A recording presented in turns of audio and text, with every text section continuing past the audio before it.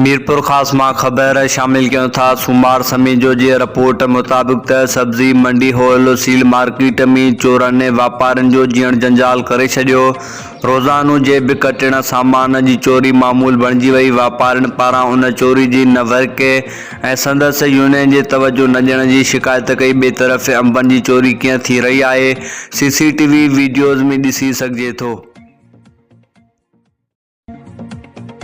मीरपुर खास का रिपोर्ट कर रहे हैं सोमवार समय जो माली कॉलोनी वासी सब्जी मंडी मेहरान थाने अॻियां मेन रोड ब्लॉक करे पीअण जो पानी न अचण खिलाफ एहतजाज कयो वियो आहे। मुज़ाहिरीन जो चवणु आहे त केतिरनि ई महीननि खां असां पीअण जे पाणी खां महरूम आहियूं।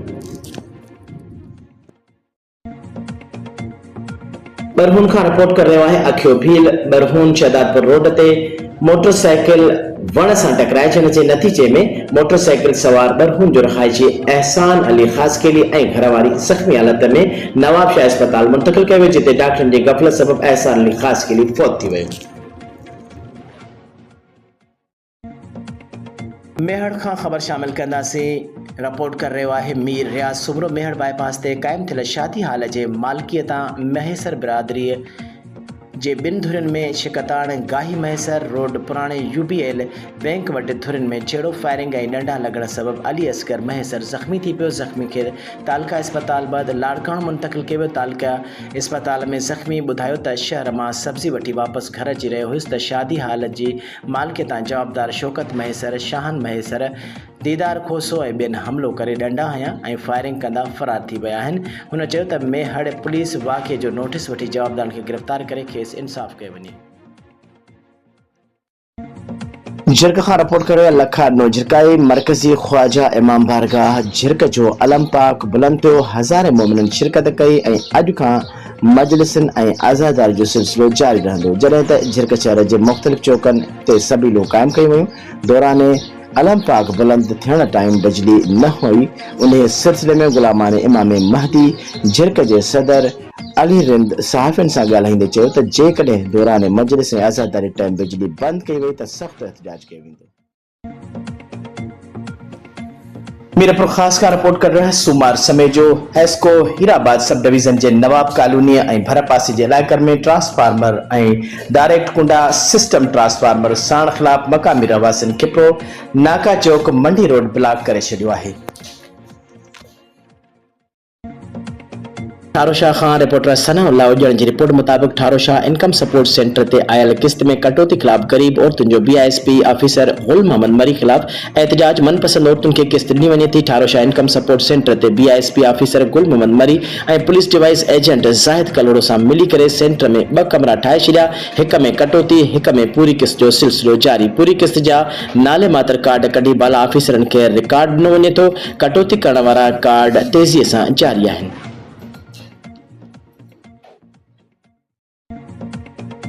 रिपोर्ट रियासत मीरानी शिकारपुर PP हारी कमेटी UC लोडरा जे सदर गुलाम मोहम्मद लोडरो पारां national press club registered Shikarpur जे उहिदेदारनि ऐं मेंबरनि जे मान में आजाण ॾिनो वियो।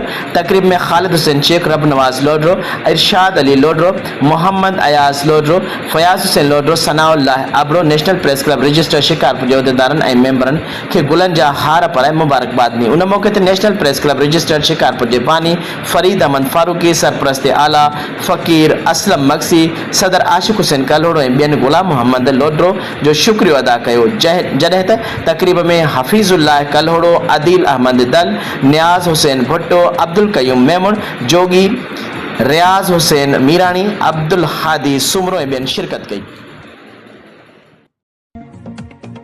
खानापुर महर खां ख़बर शामिल कंदासीं त खानापुर महर जे ॻोठ मोहम्मद इस्माइल पिताफ़ी रहवासी मोहम्मद हयात पिताफ़ी अलहदितो पिताफ़ी आफ्ताब पिताफ़ी मुनीर अहमद पिताफ़ी मौला बख्श पिताफ़ी खानापुर महर प्रेस क्लब पहुची एहतजाज कंदे ॿुधायो त असांजे ज़रई ज़मीन 16 एकड़ ज़मीन ते बासर जवाबदार गुलाम यासीन पिताफ़ी, इसाक पिताफ़ी, सिद्दीक पिताफ़ी, खान मोहम्मद पिताफ़ी, अब्दुल समद पिताफ़ी, कायब पिताफ़ी कब्ज़ो करे छॾियो आहे ऐं वधीक उन्हनि असांजे घरनि मथां हमलो करे असांजे अलहदितो पिताफ़ीअ खे ज़ख़्मी करे छॾियो आहे। ज़ख़्मी पुलिस खां लेटर वठण बैदि खानापुर महर तालका अस्पताल दाख़िल कयो वियो। ज़ख़्मी जे वारसनि वधीक चयो आहे त जवाबदार धुर मुंहिंजे घर ओताक मथां बि कब्ज़ो कनि पिया। उन वधीक SSP घोटकी DIG सखर खां मुतालबो कयो त असांजे वॾेरनि जान छॾाए असां सां इंसाफ़ कयो वञे। खानपुर महर पुलिस जवाबदारनि गिरफ़्तार करण बजाए असां जा माण्हू गिरफ़्तार करे रही। रिपोर्ट रियाज़ अली मीरानी शिकारपुर का खबर शामिल कंदासीं त लखी गुलाम शाह लॻ सखर शिकारपुर रोड चंडगोठ वटे तेज़ रफ्तार ट्रालर जो मोटरसाइकिल के टक्कर औरत असरार ज़ाल सिकंदर उन्नड़ ज़ख्मी लखी अस्पताल मुंतकिल। अस्पताल में औरत के ऑक्सीजन न मिलण सबब तड़पी फौत थी वई। वारसन पारां अस्पताल अमले खिलाफ़ एक्शन खणण जी घुर। तफ़सील मूजिब लखी गुलाम शाह लॻ सखर शिकारपुर रोड ते लखी थाणे जे चंडगोठ वटे सखर खां मोटरसाइकिल ते झटपट वेंदड़ के तेज़ रफ्तार ट्रालर जो टक्कर लॻण जे नतीजे में मोटरसाइकिल सवार औरत ऐं मर्द मुसम्मत असरा ज़ाल सिकंदर उन्नड़ सख़्त ज़ख्मी थी पिया, जिनके रस्ते वारनि खणाए सिविल अस्पताल लखी गुलाम शाह मुंतकिल कियो, जिते अस्पताल अंदर ऑक्सीजन न हुजण करे औरत तड़पी फौत थी वई। जॾहिं त औरत जे लाश ज़रूरी कार्रवाई बद वारसन हवाले कयो वियो, जेको सखर जो न्यू वियो।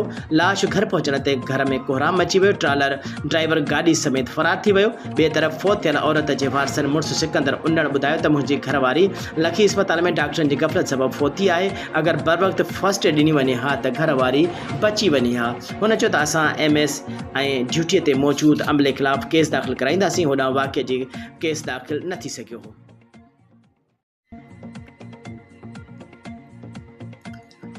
रिपोर्ट रियाज़ अली मीरानी शिकारपुर पुलिस जे गढ़े तेगू जे कच्चे में धाड़ेलनि खिलाफ़ जारी ऑपरेशन दौरान अहम कामयाबी। हिकु यरगामाली बासियाब। नाबरकोट थाणे जे हद में 5 ॾींहं अॻु इंडस हाईवे तां अगवा थियल पप्पू शेख खे बाज़ियाब करायो वियो आहे। अगवाकार ॾोहारी यरगामाली खे गढ़ी तेगो जे कच्चे जे इलाइक़े मां हिकु हंध खां ॿिए हंधि मुंतकिल करे रहिया हुआ त पुलिस ऐं धाड़ेलनि विच में फायरिंग जी ॾे वठि थी। फायरिंग जी ॾे वठि खां पोइ अगवा कंदड़ ॾोहारी यरगामाल खे छॾे फरार थी विया। फरार ॾोहारियुनि जी गिरफ़्तारी लाइ पुलिस इलाइक़े खे कड़ो चाढ़े सर्च ऑपरेशन कयो पियो वञे। खानपुर महर खां ख़बर शामिल कंदासीं त खानपुर महर पुलिस 2 हफ़्ता अॻु हिंदू वापारी सिरूराम जे किरियाने जी दुकान मां चोरी थियल 6 लख रुपया हथ करे मालिक हवाले करे छॾिया। SHO खानपुर महर मिठल खखराणी चोरी थियल 6 लख रुपया रक़म हथ करे असुल मालिक जे हवाले करे छॾिया आहिनि। SHO खानपुर महर मिठल खखराणी जो चवणु आहे त अटकल 2 हफ़्ता अॻु हिंदू सेठ सिरूराम जे दुकान मां चोर 6 लख खां वधीक रक़म चोरी कई हुई। SHO मूजिबि चोरीअ बैदि 2 चोरनि इमदाद शेख ऐं इमाम बख्श सुमरो खे गिरफ़्तार करे चोरी थियल 6 लख रुपया हथ कया विया आहिनि, जॾहिं त बकाया रक़म बि जल्द हथ कई वेंदी। उन मौक़े ते हिंदू सेठनि जो चवणु हो त चोर किरियाने जी दुकान जी छित भञी लॻभॻि 8 लख रुपया चोरी करे विया हुआ। हुननि चयो त SHO खानपुर महर जा थोरा मञीदे चयो त असीं थोराइता आहियूं। SHO खानपुर महर मिठल खखराणी जा जंहिं चोरीअ खां पोइ कोशिशूं वठी असांजी चोरी थियल रक़म वापसि कराई आहे। खानपुर महर खां ख़बर शामिल कंदासीं। टाउन कमेटी खानगढ़ जो बजट इजलास चेयरमैन वाइस चेयरमैन ऐं मेंबरनि जी शिरकत। इजलास में मेंबरनि पारां टाउन चेयरमैन जे करायल तरक़ियाती कमनि जी साराह। ख़बर मूजिबि टाउन कमेटी खानगढ़ जे चेयरमैन हाजी अब्दुल रज़ाक खान महर जी सदारत में टाउन कमेटी खानगढ़ जो बजट इजलास थी गुज़रियो। इजलास में टाउन चेयरमैन हाजी अब्दुल रज़ाक खान महर, वाइस चेयरमैन घनश्याम दास, मेंबरनि खान मोहम्मद महर, अब्दुल रशीद महर, मुमताज़ गडाणी, एडवोकेट प्रदीप कुमार ऐं ॿियनि शिरकत कई। इजलास दौरान सभिनी वार्ड मेंबरनि टाउन कमेटी खानगढ़ जे चेयरमैन हाजी अब्दुल रज़ाक खान महर पारां टाउन जे वार्डनि में करायल कमनि जी साराह कई। बजट इजलास दौरान टाउन कमेटी खानगढ़ जे चेयरमैन हाजी अब्दुल रज़ाक खान महर चयो त टाउन जे मुख़्तलिफ़ वार्डनि ऐं इलाइक़नि में मटियारी खां रिपोर्ट कर रहियो आहे अज़ीज़ गुल ख़ैबर। सिंध हुकूमत पारां मटियारी तालुके मां चूंडियल MPA मखतूम फ़खरुज़्ज़मा के होम डिपार्टमेंट जो पार्लियामेंट्री सेक्रेटरी मुक़रर करे छॾियो। नोटिफिकेशन जारी। सिंध हुकूमत पारां मटियारी तालुके मां चूंडियल MPA मखतूम फ़खरुज़्ज़मा के सिंध हुकूमत जो तर्जुमान मुक़रर करण खां पोइ खेसि वधीक ज़िम्मेवारियूं ॾेई होम डिपार्टमेंट जो पार्लियामेंट्री सेक्रेटरी मुक़रर कयो वियो आहे, जंहिंजो नोटिफिकेशन पिणु जारी कयो वियो आहे। मटियारी खां रिपोर्ट कर रहियो आहे अज़ीज़ गुल ख़ैबर। भिटशाह वेझो ॻोठ अजन शाह में 15 मुहर्रमुल हराम शहज़ादे अली असगर जो झूलो पाक बरामद कयो वियो। झूलो मुबारक इमाम बारगाह मां बरामद कयो वियो, जेको सैयद ज़वार खुरम शाह क़ाज़मी जन जे हवेली मुबारक में न थियो, जंहिंमें सेजूं ताबूत सुलझनाऊं पिणु बरामद कयूं वियूं। जॾहिं त मुख़्तलिफ़ अंजुमन नूहाणी नूहा ख़्वानी करे करबला जे शहीदनि खे भेटा पेश कई। आसपास जे इलाइक़नि वासियुनि अज़ादारनि मोमिननि वॾे अंग में शिरकत कई। कई। सैयद ज़फ़ार खुरमशाह कासिमी जन जी अगवानी में मातमी जुलूस बरामद किया वियो, जंहिंमें हैदराबाद जे मशहूर अंजुमन रहमान पार्टी ऐं अंजुमन सदाए हुसैन मुराद शाह वसी नोहा ख़्वानी कई। इमाम बारगाह में नगारा पिण वॼाया विया, थधे मिठे पानी जी सबील जा स्टाल लगाया विया, न्याज़ हुसैन जो पिण एहतमाम कयो वियो। मातमी जुलूस जा सिक्योरिटी इंतज़ाम सख्त खां सख्त कया विया। सांगड़ का रिपोर्ट कर रहे गुलाम कादिर कहिरी, ब्यूरो चीफ सांगड़ में बल्दियाती खाते जी करप्शन शहर के तबाह करे छॾियो। करोड़ रुपयनि जी बजट बावजूद सॼो शहर गंद कचरे जे ढेर में तब्दील थी वियो आहे, जॾहिं त किने पानी जे नेकाल न हुजण करे रोड रस्ता घिटियूं गटरनि जो पानी भरिजी रहिया आहिनि।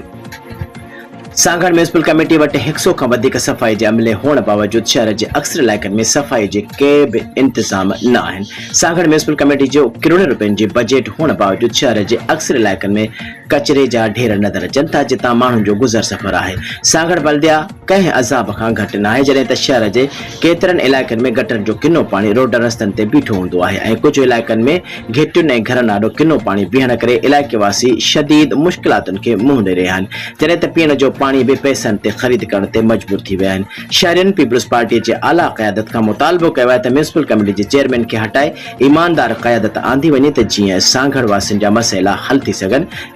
कैमरामैन सां गॾु गुलाम कादिर कहिरी, हक़ न्यूज़ टीवी, सांगड़।